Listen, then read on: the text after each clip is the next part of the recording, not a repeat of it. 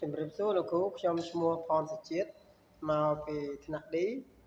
រៀងទី1សូមធ្វើការសង្ខេបមេរៀនតាក់ទងទៅនឹង Portfolio Assessment អញ្ចឹងនៅក្នុងមេរៀននេះមានវត្ថុបំណងចំនួន4គឺការកំណត់បាននយោបាយការវាយតម្លៃផលប័ត្រក្រដាសផលប័ត្រ Digital គុណសម្បត្តិនិងគុណវិបត្តិនិង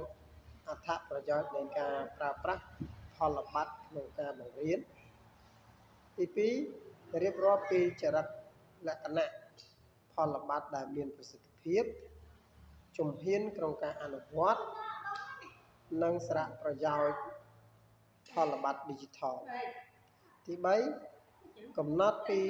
វេទិកាដែលអាចផ្ទុកផលប័ត្រ Digital សម្រាប់ប្រើប្រាស់ក្នុងការបង្រៀននិងរៀនតាមមុខវិជ្ជាទី4ទម្លាប់ប្រើប្រាស់ផលប័ត្រដើម្បីតាមដានពីការរីកចម្រើនរបស់សិស្សហើយនៅក្នុងមេរៀននេះមានវេទិកាដូចជាការវាយតម្លៃផលប័ត្រចរិតលក្ខណៈផលប័ត្រ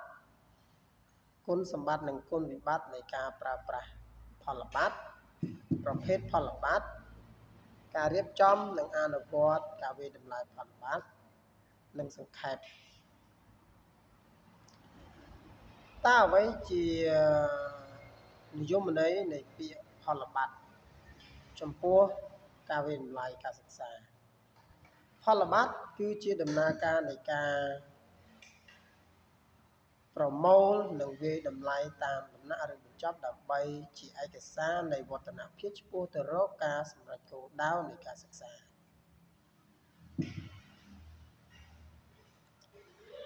និយាយរួមផលប័ត្រមានសារៈសំខាន់នៃផលប័ត្រគឺប្រមូលនិងវាយតម្លៃស្នាដៃការងាររបស់សិស្សដែលបង្ហាញពីវឌ្ឍនភាពឆ្ពោះទៅសម្រេចលទ្ធផលសិក្សារំពឹងទុកនិងការសម្រេចបាននៃស្តង់ដារនៃការសិក្សាដែលរួមបញ្ចូលនៅគោលការណ៍នៃការ